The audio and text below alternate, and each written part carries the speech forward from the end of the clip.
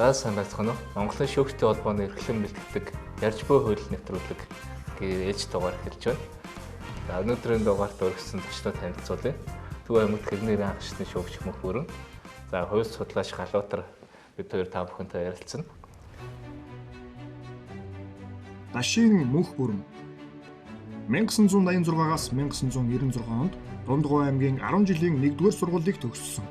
1996-аас 2000 онд хуульч эдийн засагч мэргэжлэр бакалавр, 2000-аас 2002 онд Монгол Улсын их сургуулийн хууль зүйн сургуулийн эрх зүйн магистр, 2007-оос 2008 онд удирдлагын академид удирдлагын магистр, одоогоор Шихийн утаг их сургуулийн харьцуулсан эрх зүйн чиглэлээр докторантур суралцж байна.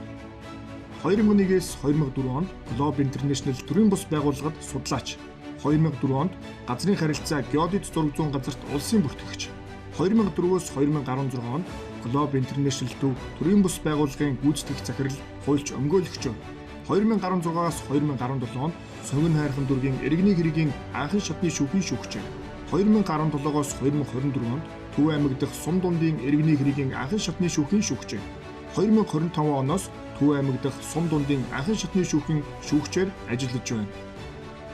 За Монгол Улсын улсын шүүхт мэдүүд шүүхт хандах эрхийн талаар ер нь баталгаажуул заасан байт юм бол яаж заасан талаар та манай үз сонсогчдод авч мэдээлээ гэж. За Монгол Улсын хууль олон улсын гэрээнд заасан эрх хэрэгчлэн зөрчигдсөн гэж үзэж байгаа этгээд нь.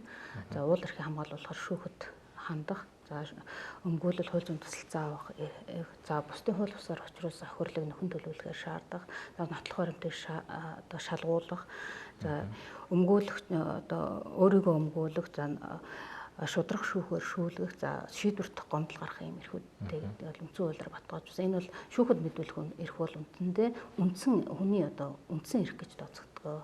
Тэгэхээр шүүхт хандах гэхээр одоо Монгол Улсын иргэний хувьд гэрээсээ гараад аль шүүхт хандах хэрэгтэй юм болоо? Миний хэрэг маргаанаас хамаарч шүүхээ сонгох хэрэгтэй юм болоо гэд эргэлзээ байгаа. Тэгэхээр энэ талаар та манай сонсогчдод тайлбарч өгөөч.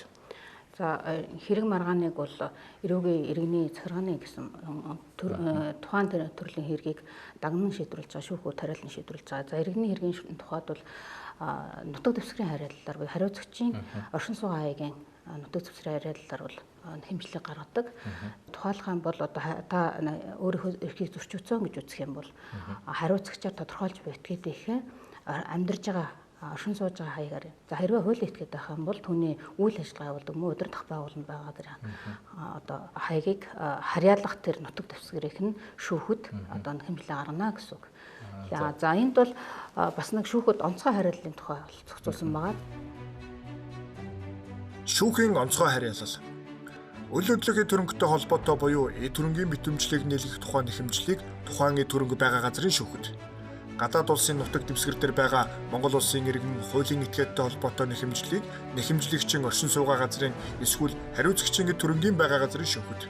Өв залгамжлагч өвийг хүлээн авахаас өмнө өвлүүлэгчийн үүрэг гүйцэтгүүлэгчээс гаргах нэхэмжлийг өвлөгдөх эд хөрөнгө бүхэлдээ буюу түүний гол хэсгэнд байгаа газрын шүүхэд. Тэжээнд тэтгэхтэй холбогдсон нэхэмжлийг нэхэмжлэгчийн оршин суугаа газрын шүүхэд гаргана. Энэ харьяаллыг бол нэхэмжлэгч болон хариуцагчийн айл нь бол солих боломжгүй. Бусад харьяаллын хувьд бол бас нэхэмжлэгч хариуцснаар гэрээгээр болон бусад байдлаар харилцан тохиролцсноор бас харьяаллыг өөрчлөх боломжтой байдаг. Тэгэхээр нэгдүгээр хэрэг маргааны төрлүүд нэлээд чухал байх нь шүүхээ сонгоход, хоёрдугаар бас хариуцагчийн нутаг дэвсгэрийн харьяалал бас нэлээд чухал байх нь тийм ээ. Тэгэхээр шүүхэд та аль шүүхт очих вэ гэдгээс өмнө маргааны төрлөө бас нэлээд бодолцох нь сая шүүгч хэлдэг аль төрлийн маргаан бай гэдэг дээр бас нэлээд анхаарах хэрэгтэй байх нэ. За тэгвэл иргэний хэргийн шүүхэд хандахар боллоо гэж одоо саний танилдаг зүйлсүүдээс одоо миний маргаан юм бол иргэний хэргийн маргаан юм байна. Тэгэхээр иргэний хэргийн шүүхэд хандах хэрэгтэй юм байна гэдэг сая таны хариултаас тодорхой боллоо.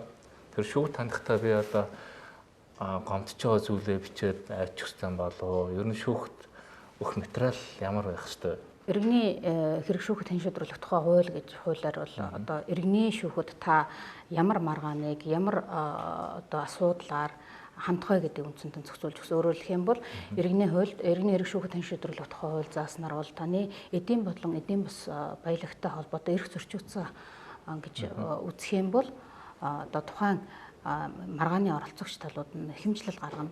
Эсвэл одоо хуулиар олгогдсон бусдын өмнөөс одоо хэмжил гаргах эрх олгогдсон этгээдийн хувьд гаргасан хэмжлэлүүд гэж болно. За захиргааны иргэн шүүхэд хамаарахгүй захиргааны байгууллага албан тушаалны шийдвэр үйл ажиллагаанд гаргасан гомдлуудыг иргэний иргэн шүүх харьяалан шийдвэрлэн за онцгой ажиллагааны журмаар шийдвэрлүүлээд гаргасан оролцох сонирхогч этгээдийн хүсэлтийг мөн энэ иргэний журмаар буюу иргэний хэргийг харьяалан шийдвэрлэдэг энэ шүүхүүд шийдвэрлэдэг.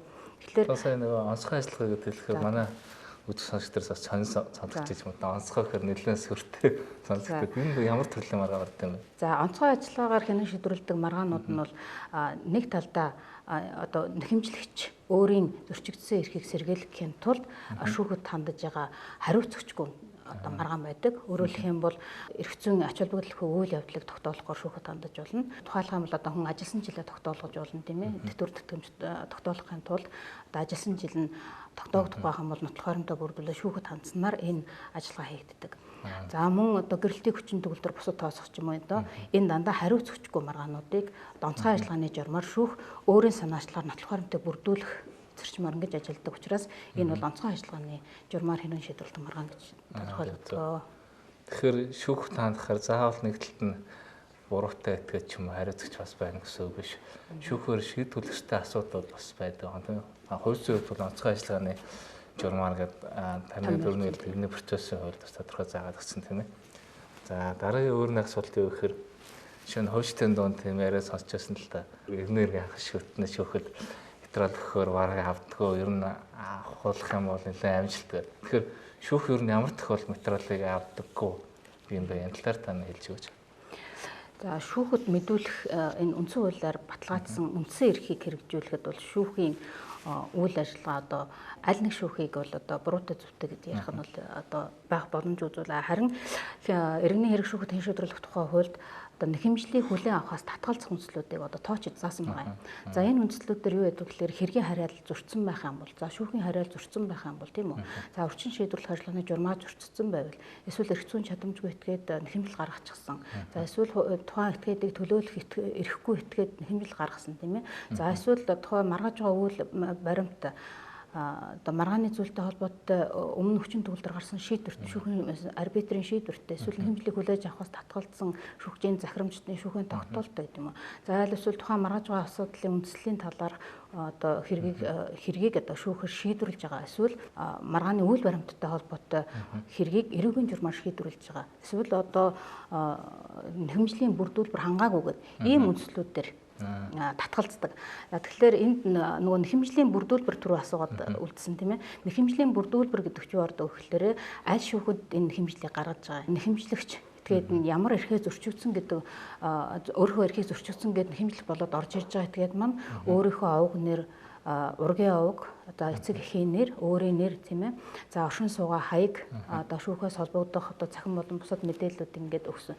За мөн хариуцагчдад яг адилхан ургийн овг нэр тэгээд оршин суугаа хаяг за хэрвээ хуулийн этгээд байгаа бол оршин байгаа газрын хаягийг нь за нэхэмжилтэд хариуцагчийн тоогоор нэхэмжлийн хувийг гаргана. За мөн улсын тэмдэгтийн хураамжийг төлсөн байх гэдэг ийм нэг шалгуур одоо шаардлагуудад тавьдаг. Эдгээр шаардлагуудыг биелүүлээгүй нэхэмжлийн өөрийнх нь үндэслэл шаардлага тодорхой бус нотлох харамтууд нь тодорхой бус байх юм бол үндсэндээ нэхэмжлийг хүлээн авахаас татгалзах юм яваад.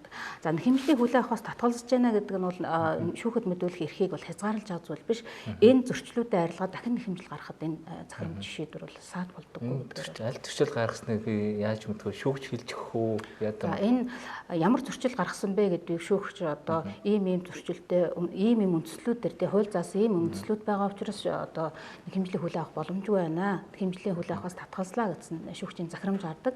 За энэ дээр бол энэ зөрчлөө хэрхэн яаж арилгаад дахин нэхэмжил яаж гаргах талаар одоо зөрчлүүд нь ийм байгааг яаж арилгах талаар бол заасан байна. Би одоо саний хэлсэн алдаануудаа засаад ирэх хугацаа ч юм уу өгдөг 10 хоногийн дотор засч ирвэл ахад материалыг чинь авнаа ч гэдэг юм. Тийм хугацаа заадаг юм болов. За нэхэмжлийг хүлээн авахаас татгалзаж байгаа захирамж дээр бол гомдол гарах эрхтэй ирэхгүй гэсэн хоёр зохицуулт байна. Эрхтний гомдол гарах эрхтэй захирамж гэдэг маань тухайн нэхэмжлийг хүлээж авч байгаа захирам хүлээн авахаас татгалзсан захирамж дээр хэрэгээ оролт нэхэмжлэгч маань бол одоо үндэслэлгүйгээр татгалзлаа гэж үзэх юм бол тухайн шатны шүүхэд буюу таны хандаж байгаа тэр шүүхэд 10 хоногийн дотор гомдол гарах хэрэгтэй. нэхэмжлийг хүлээн авахаас татгалзсан захирамж гарсан тохиолдолд та тэр алдаа зөрчлийг арилгачаад дахиад нэхэмжил гаргахад ямар нэг хугацаа шаардахгүй. Гэхдээ энд хүн хэлц хугацаа гэдэг юм бас баримтлах хэрэгтэй. Өөрөөр хэлэх юм бол та нэхэмжил гаргачаад 3 жилийн дараа нөгөө алдаага засахгүй явсаар байжгаад шүүхтээ мэдүүлэх хэрэгээ идэлхгүй байсаар байжгаад дахиад 3 жил өнгөрчих юм бол гэрээний маргааны хувьд шин хүн хэлц хугацаа дуусна гэсэн энийг бас анхаарч явах хэрэгтэй. Аль болох хурдан түргэн шүүхийн процессд ингээд ороод явах юм бол таны эрх илүү хурдан хамгаалагдана л гэсэн үг. Тэгэхээр ямар ч шүүхэд ямар материал бүрдүүлэх, ямар тохиол шүүх одоо бүрдүүлэх хангаагүй гэж үзтээ ингээд нэлээд тань дэлгэрэнгүй хариулт өглөө. Тэгэхээр шүүхэд хандах гэдэг бол өөрөө илүү хууль зүйн маргаан болдог тийм ээ. Хоёр хүн одоо хоорондоо муудалцах, хувийн харилцааны асуудал хууль зүйн маргаан болсон үед дандаа нотлох баримт цаана яригддаг. Тэр нотлох баримтаа ер нь хизээ өгөх хэрэгтэй байт юм ээ. Нэхэмжлэлтэйгээ хамтах хэрэгтэй байт юм уу? Эсвэл тэгж жагаад нэг аяндаа өгөх хэрэгтэй байт юм. Энэ дээр та хариулж өгөөч. Мэдээж хэрэг шүүхэд нэхэмжил гаргахад нэхэмжлийн бүрдүүлбэр дотор бол нэхэмжлийн үндэслэл юу шаардаад байгаа юм. За нотлох баримтууд гэсэн шаардлага тавьж байгаа. Гэхдээ энд бол одоо бүх нотлох баримтыг заавал нэхэмжил гаргахтаа бол гаргах ёстой, бүрэн одоо төгс бэлдэж гаргах ёстой гэсэн агуулга бол биш. Гэхдээ энэ бол нэхэмжлийг шүүх хүлээж аваад одоо хэрэг хяналтын шийдвэрлэх ажиллагаа явагдах хугацаанд бол нотлох баримтыг цуглуулах ажиллагаа явагдав. Нотлох баримтыг бол нэхэмжлэгч өөрөө бүрдүүлж байгаа нотлох баримтууд орно. За мөн шүүхэд төсөлтөй гаргаж бүрдүүлж байгаа одоо нотлох баримтууд орно. За хариуцагчийн хувьд мөн бас шүүхэд мэдүүлэх хэрэгтэй тийм үү. Тэгэхээр хариуцагч нэхэмжлийн шаардлага одоо гардаж авсны дараа хариу тайлбараа гаргана. За хариу тайлбартай холбогдвол юм уу татгалзал юм уу тэрнийхээ үндслийг бас нотолж байгаа баримтуудыг шүүхэд гаргаж байна. За ингээд бичгийн мэтгэлцээ үндсэндээ хэрэг хяналтын шийдвэрлэх ажиллагааны явцад үндсэндээ явна гэсэн. Нотлох баримт одоо бас тийм сонсчихсан. Ер нь бол шүүхэд юу ярихын сонир биш ярьж байгаа зүйл чи одоо нотлогдож байна уу гэдгийг бас голжлон үздэгээд. Тэгэхээр нотлох баримт бол чухал байх нь. Нотлох баримт гэдэг дээр одоо заавал тамга тэмдэгтэй цаас байхыг гэлж байна уу? Эсвэл өөр одоо CD ч юм уу одоо ч хоёр хоорондоо маргалцсан байдаг гэдэг мессеж чатаа өгөх хэрэгтэй гэдэг юм. Ер нь яг юу өгвөл нотлох баримт болдог вэ? Нотлох баримт хэргийн оролцогчоос өөрийн шаардлага ба татгалзлаа үндэслэж байгаа шүүх хэргийг хянан шийдвэрлэхэд ач холбогдол бүхий хуульд заасан арга хэрэгслээр олж авсан бодит нөхцөл байдлыг тогтооход шаардлагатай аливаа баримтад мэдээллийг нотлох баримт гэнэ. Иргэний хэргийн нотлох баримт нь нотлохооны хэрэгслээр тогтоогдно. Үүнд тайлбар, нэхэмжлэгч, хариуцагч, 3 дахь этгээд тэдгээрийн төлөөлөгч, өмгөөлөгчийн гэрчийн мэдүүлэг, баримт бичиг, шинжээчийн дүгнэлт, бичмэл ба цахим баримт, эд мөрийн баримт, үүнд кино ба гэрэл зураг, зураглал, дүрс, дууны бичлэг, улам өрнөөс буулгаж авсан хэв, үзлэг, туршилт, таньж олуулах ажиллагааны шүүх хуралдааны тэмдэглэл зэрэг. Бичмэл нотлох баримтыг шүүхэд ихээр нь хэрв ихийг өгөхгүй бол нотариотчаар гэрчлүүлсэн холборыг өгнө. Цахим баримт бичиг нь цаасан баримт бичигтэй адил хүчинтэй байх бөгөөд зөрсөн тохиолдолд анх баталгаажсан баримт бичгийн хэлбэрийг баримтлана. Нотлох баримтад тавигдах шаардлага. Шүүх хэргийг хянан шийдвэрлэхэд ач холбогдол бүхий байх. Иргэний хэргийн нотлох баримтыг хуульд заасан арга хэрэгслээр олж авсан байх. Хэргийн бодит байдлыг тогтооход шаардлагатай байх. Нотлох баримтыг бол шүүхийн шүүх хуралдааны өмнө гаргаж өгөх ёстой. Бүх нотлох баримт үндсэндээ бүрдсэн тохиолдолд шүүхийн хэлцүүлэг захирамж үндсэндээ гардаг. Өөрөөр хэлбэл энэ хэрэг маргааныг талуудын одоо бүрдүүл цуглуулсан нотлох баримтын хүрээнд хэрэг хянан шийдвэрлэх боломжтой гэдэг үндслээр бол хэлцүүлэх хэд хоногийн дараа нэхэмжлүүлэхээс хойш шүүх хурал болно гэсэн. За үндсэндээ бол хууль зас хугацаа бол 60 хоног байгаа. За үнэхээр одоо шаардлагатай тохиолдолд 30 дахин шүүгчийн зөвлөгөөнд болж 30 хоногийн хугацаа сунгах. За энэ дээр сая 2024 оны 10 дугаар сарын 1-ээс хүчин төгөлдөр мөрдөж эхэлсэн тусгайлсан журмаар хэрэг хяналтын шийдвэрлэх ажиллагаа гэсэн одоо 75 штрих гэдэг нэг нэмэлт бүлэг орсон. За энэ нь бол бас илүү богиносгосон хугацаа.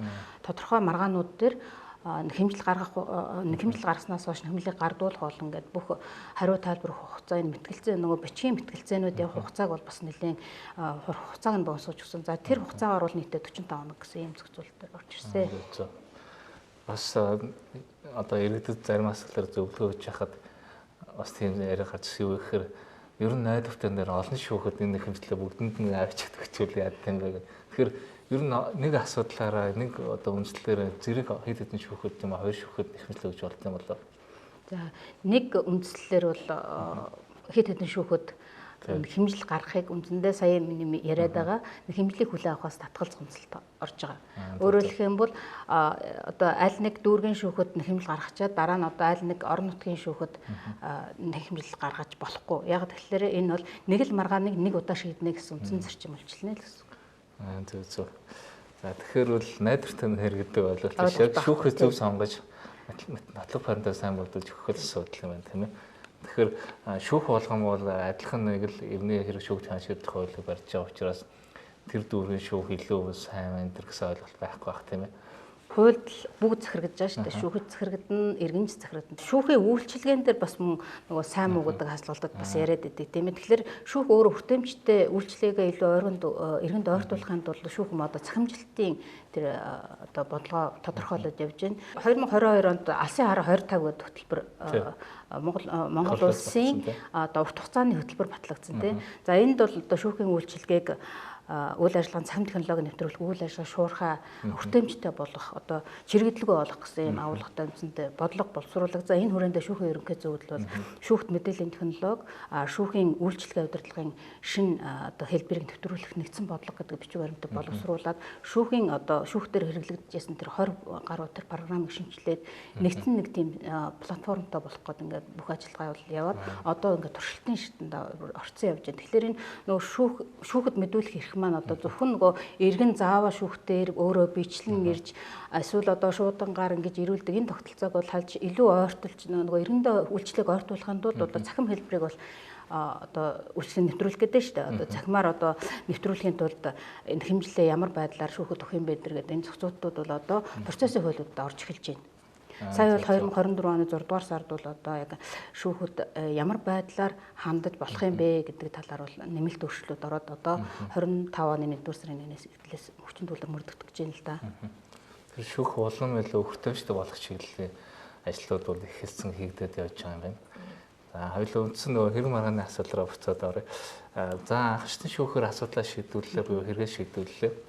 Тэр тохиолдолд дахиад нөгөө нэхэмжлэгч ч юм уу хариуцагч нь бас сэтгэл дундор үлдчих магадгүй.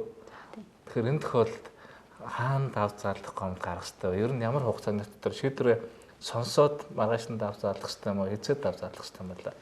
За шүүхийн шийдвэр анхшдын шүүхээс бол хэргийг хэлцээд анхшдын шүүхийн шийдвэр гарч байгаа. За анхшдын шүүхийн шийдвэр бол одоо тухайн өдрөө бол нөгөө амаар тайлцуулснаар хүчин одоо талуудад шүүхийн шийдвэрийг уншиж сонсгосноор хүчинтэй болно гэж байна.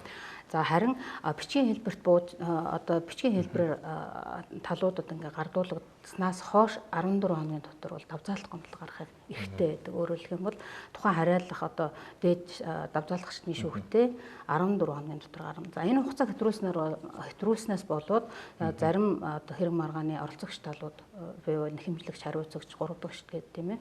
Эдгээр нь одоо давзаалт гомдол гаргах эрхээ эдэлж чадахгүй болдог. За хэрвээ үнэхээр одоо хүндэтгэн үзэх шалтгаанаар энэ хугацааг хэтрүүлэх юм бол мөн анхшдны шүүхтэй энэ хугацаа сэргийлэх хүсэлтэй бол нотлох баримттай хамт өгч ингэж хугацаа сэргийлэх боломжтой байдаг. Хууль бол боломжийг олгоцсон байна. Гомлоо өөрөө барьчичууд давзаалсан шүүхэд өгөхгүй юм байна тийм ээ. За гомдлыг бол анхшдны шүүхээр дамжуулж байна. Анх шийдвэр гаргасан шүүхтэй. Тийм тэр шүүхтэй. Ягаад өөртөө одоо шууд давах шүүхтэй авч өгөхгүй гэдэг талаар та нэг тодруулаад өгөөч.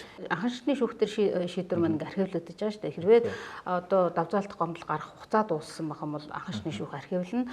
Хугацаа дуусаагүй байх давзаалт гомдол гарах юм бол давзаалт гомдолтой холбогдох хэмжлийн улсын тэмдэгтийн хураамжаа төлцөн бүрдүүлбэр бас шалгана шүү дээ, тийм ээ. За ингээд бүрдүүлбэр хангагдсан байх юм бол одоо давзаалагчдын шүүх рүү хөргүүлж ингэж одоо гомдлыг шийдвэрлүүлнэ л гэсэн. Тэмдэгтийн хураамж, улсын тэмдэгтийн хураамж гэж хэллээ. Тэр нь өөрөө шүүхт өгж байгаа төлбөр юм болоо. Ер нь хэрэг маргааны төрлөөс хамаарат тэмдэгтийн хураамж өөрчлөгдөх үү, тогтмол байдгүй юм. Тэр та хэлж өгөөч. За улсын тэмдэгтийн хураамжийн тухай хууль бол иргэний эрэг шүүхтэн шийдвэрлэх тухай хуулиар улсын тэмдэгтийн хураамжийг хэрхэн яаж одоо төлөвлөх вэ гэдгийг бол зохицуулж өгсөн. Тэгэхээр улсын тэмдэгтийн хураамжийн тухай хуулийн 7 дугаар зүйлийн 7-гийн 1-р зүйлээс юу тухайн шүүхэд нэхэмжил гаргаж байгаа үнийн дүнгээс нь хамаарат одоо хууль заасан хэмжээгээр бол тхийн улсын тэмдэгтийн хураамжийг төлдөг. Энэ нь бол хууль тусгаалan заасан юм шатлбартай тогтолцоо байгаа. За мөн эдийн бус үнэлж болохгүй нэг хэмжлэлд бол 70,200 төгрөгийг бол тушаана. Одоо нэр төр албантай За яг үнэ яг тийм хэмжлэлд байх юм бол 70,200 төгрөг тушаана. За хэд хэдэн хэмжлэлийн шаардлагатай бас хэмжлүүдэд гэх юм бол хэмжлэлийн шаардлага тус бүр ногдох улсын тэмдэгтийн хураамжийг нэмж нэгтгэж одоо нэгтгэсэн байл нийлбэр дүнгээр нь улсын тэмдэгтийн хураамж. За улсын тэмдэгтийн хураамж гэдэг бол одоо шүүхэд өгж байгаа төлбөрийн шинэ төрөөс үйлчилгээ авч байгаа үйлчилгээ авсны төлөө одоо хураамж хэлбэрээр авч байгаа мөнгө л гэсэн. Зөв. Тэгэхээр энэ тэмдэгтийн хураамж өгөөгүй юм уу дараа нөгөө бол бас шүүхийн хэмжлэлийн бүрдүүлбэр дутуу гэдэг бас орж байгаа тийм ээ. За мэдээж эерэг одоо амьдрал баялаг учраас улсын тэмдэгтийн хураамжаа төлөх боломжгүй нөхцөл байдлууд үүсдэг. Тэгэх юм бол шүүхэд үндслүүдэд тодорхой одоо нотолсон баримтын хамт улсын тэмдэгтийн хураамжаас чөлөөлөх эсвэл хойшлуулах, төлөлтийг хойшлуулах, эсвэл хэсэгчлэн төлөх гэдэг байдлаар бас шийдвэрлүүлэх боломжтой. Энийг хэрвээ тийм нөхцөл байдал байгавал энийг хэмжил өгөхтэй хамт өгөхтэй. Тэгж одоо хүсэлт янз бүрийн одоо хүсэлт өгөөгүй тохиолдолд хэмжлийн бүрдүүлбэр хангаагүй гэдэгт бол татгалзах нэг үндэслэл болж байна. За ямар ч ингэж асуудлаа шүүхээр шийдвэрлэх, шүүхийн шийдвэртэй болж авлаа. Тэгээ нөгөө шийдвэр одоо биелэгдэхгүй, хариуц талд нь биелүүлэхгүй яваад байвал яах ёстой юм? Дахиж шүүхэд хандах ёстой юм болов? Яах ёстой юм? Энэ талаар тайлж өгөөч. За шүүхийн шийдвэр анхан шатны шүүхийн шийдвэрт давзаалдах гомдол гарахгүй бол давзаалдах шатны шүүхийн магадлалд хяналтын гомдол гарахгүй бол эсвэл хяналтын журмаар эцэслэн шийдвэрлсэн энэ тохиолдолд бол шүүхийн шийдвэр хүчин төгөлдөр болж байгаа. За ингээд хүчин төгөлдөр болсон шүүхийн шийдвэрийг бол хуг нь хууль зааснаар бол хариуцагч маань өөрөө сайн дураараа биелүүлэх үүрэгтэй тийм ээ. За энэ бол бас боломж нь хариуцагчийн хувьд бас боломж. Хариуцагч одоо сайн дураараа биелүүлэхгүй байгаа тохиолдолд нэхэмжлэгч бол нөгөө шүүхэд мэдүүлэх эрхийнхээ хүрээд шүүхийн шийдвэрийг албан гүйцэтгэх хүсэлтийг тухайн шийдвэр гаргасан анхан шатны шүүхтэй гаргах ёстой. За тэгээд тэр шүүх нь өөрөө хүсэлтийг албан гүйцэтгүүлэх ямар үндслээ одоо шалгаад хүсэлтийг шийдвэрлэж гүйцэтгэх хугацааг бичдэг. За ингээд шийдвэр гүйцэтгэлийн ажиллагаа явуулдаг. За манай иргэдийн нэг эрхээ эдэлж чадахгүй бас нэг орхио яадаг зүйл шүүхэн шийдвэр хүчин төгөлдөр болчдөг. Шийдвэрийг гүйцэтгүүлэхээр одоо гүйцэтгэх хугацаа бичүүлэхгүй ингээ явсаар хагаад нөгөө бас шүүхэн шийдвэр гүйцэтгэх тухай хуульд иргэний шийдвэр гүйцэтгэх ажиллагаа гэсэн бүлэг зохицуулт байгаа. Тэгэхээр тэнд бол бас нөгөө иргэний шийдвэр гүйцэтгэх ажиллагааг үүсгэх хугацааг тодорхойлж өгсөн. Тэр хугацаа өнгөрцөн байх юм бол мөн бас одоо шийдвэр гүйцэтгэлийн ажиллагаа явах боломжгүй болно л гэсэн. Зөвхөн энэ төлөө хууль бас зарим тодорхой төрлийн шийдвэр дээр бол одоо бас хугацаа тоолохгүй байна. Жишээ нь хүүхдийн дэжин тэтгтэй холбоотой шийдвэр гүйцэтгэхэд тодорхой одоо хугацаа шаардахгүй хугацаа үйлчлэхгүй гэсэн тийм. Хугацаагаар хязгаарлахгүй тийм зохицуулт бол байна. Бас нэг өөр нэг шийдвэр гүйцэтгэлийн холбоотой нэг тодруулах нэг юм байна. Бас манай нэг таньдаг хүн тохиолдсон юу гэхээр гэрэлтэй шүүхэр цуцлуулсан. За тэгээд гэрэл туслагдсан гэж бодоо явчихсан чинь дараа нь байрны зэйдмэл авах гэж явчихсан. Одоо гэрэл чинь хүчин төгөлдөр хэвээрээ найдаа тийм зүйл бас яригдсан мэл. Энд дэр тэгэхээр ямар алдаа гарсан бол би мэдээлэл тутус сонссон байж байгаа. Ер нь гэрэл туслсан асуудаар шүүхэн шийдвэрийг яаж биелүүлэх ёстой юм? Улсын бүртгэл рүү нөгөө шүүхэн шийдвэр авчиж ёстой юу? Яг тийм бол. За гэрэл туслсан шүүхэн шийдвэрийг шүүхэн шийдвэр хүчин төгөлбөр болмогц одоо 3 хоногийн дотор улсын бүртгэлийн байгууллага хөрвүүлж байгаа. За улсын бүртгэлийн байгууллагууд шүүхийг хөрвүүлмэгц тэр бүртгэл дээр бол өөрчлөлт оруулдаггүй. Харин нэхэмжлэгч хариуцагч хэрэгээ оролцогчд өөрснөө шүүхэн шийдвэрээ одоо улсын бүртгэлийн байгууллагууд очиж энэ бүртгэлд өөрчлөлт асуудлыг бол зохицуулж байгаа. Тэгэхээр өөрөө бас хаяхгүй цаана ингээд бүртгэл өөрчлөлтөл шийдвэр барьж яваад хөөцөлдөх шаардлага байна. Үндсэндээ энэ шүүхийн шийдвэр хичнээн хичнээн хүчин төгөлдөр болсон ч гэсэн бүртгэл дээр өөрчлөлт ороогүй юм алдаанууд гараад байна л гэсэн үг. Тэгэхээр иргэдүүд л одоо шүүхээр хуралдаанд дуслаа, шүүхийн шийдвэр гарлаа, тэгээд санаа амарч цааш нэлээд бас хөөцөлдөх шүүхийн шийдвэр яг энэ шийдвэр зааснараа биелэгж байгаа гэдэг дээр бас өөрөө хяналтаа тавих идэвхтэй оролцох шаардлага байна. Монголын шүүгчдийн холбооны бэлтгэгдэн явуулдаг ярьж буй хууль нэвтрүүлгийн энэ удаагийн дугаар шүүхэд мэдүүлэх иргэний эрх сэдвээр боллоо. Та бүхэнд баярлалаа. Манай одоо үзэх сонсогчдод дэлгэрэнгүй мэдээлэл өгсөн танд баярлалаа.